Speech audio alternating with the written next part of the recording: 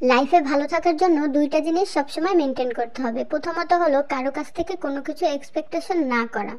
দ্বিতীয়ত হলো যে যতটুকু ডিজার্ভ করে তাকে ঠিক ততটুকুই দিতে হবে।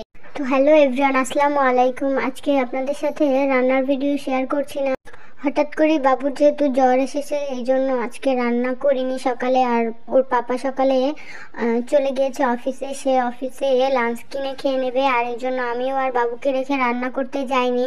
আমি এর আগের ভিডিওতে বলেছিলাম যে আমাদের বাসায় গেস্ট ছিল, তো তারা সবাই চলে গিয়েছে, এই জন্য বাবু এখন একা হয়ে গেছে। ওর 1.5 বছর বয়সে ও কখনোই এরকম আমার সাথে শুধু একা থাকিনি, বাসায় কেউ না কেউ ছিলই এক্সট্রা, বা ওর ফুপিদের সাথে যখন ছিলাম তারা ছিল। আর এখন যেহেতু আমরা আলাদা বাসা নিয়েছি, এখন আলাদা থাকি, আর এই জন্য বাবু এখন খুবই একা হয়ে গেছে।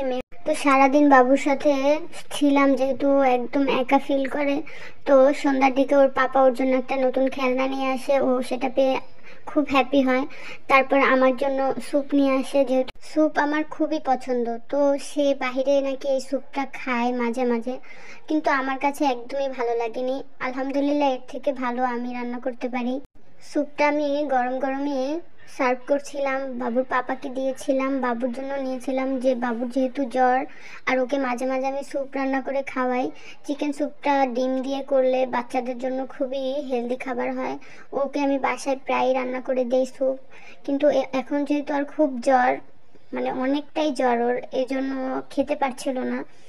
আর আমিও সারাদিন তেমন কিছু খাইনি, এই জন্য আমি ওর পাপার সাথে একসাথে খাবো। এই স্যুপ খেতে খেতে ভাবছিলাম যে রাতের খাবারের জন্য কি করা যায়। যেহেতু ওর পাপা চলে এসেছে, ও আর পাপার সাথে থাকলে আমি এদিকে রান্নায় কিছু করতে পারবো। তো ভাবছিলাম যে যেহেতু শুধু রাতে খাবো, তো ভর্তা বা ডিম ভাজি দিয়ে খেয়ে নিলেই হয়। তোর পাপা বলছিল যে ভাত আর ডিম ভাজি আর সাথে ভর্তা করলেই হবে। কিন্তু হঠাৎ করে আমার বাবা আমাদের জন্য তেহারি আর সাথে বোরহানি নিয়ে আসে। আসলে সে জানতো না যে আজকে আমি বাসায় রান্না করিনি। সে ভাবলো যে আমরা যেহেতু বাসায় এখন দুজন আছি, আমার শ্বশুর শাশুড়ি গ্রামে গেছে বেড়াতে, তো ভাবছে যে দুজন যেহেতু আছি রাতে আর ওদের রান্না করার কি দরকার, সেই জন্য সে তেহারি নিয়ে আসার সাথে বোরহানি। আর বাবাও জানতো না যে বাবুর জ্বর হয়েছে, তো এসে দেখে যে বাবুর অনেক জ্বর, আর আমিও আজকে রান্না বান্না কিছু করিনি। তো বাবাও খুব খুশি হয় যে ভালো সময় নিয়ে এসেছে খাবার, আর আমার কাছেও খুব ভালো লেগেছে, কারণ এক্সপেকটেশন ছাড়াই বাবা এটা নিয়ে এসেছিল। আর যেহেতু আজকে আমারও মনটা খুব খারাপ বাবুর জন্য, তো এই তো আমি বোরহানিটাও ঢেলে নিচ্ছিলাম। আর আর বাবুর পাপার বোরহানির সাথে তেহারি খেতে খুব পছন্দ, বোরহানিটা সে খুব পছন্দ করে।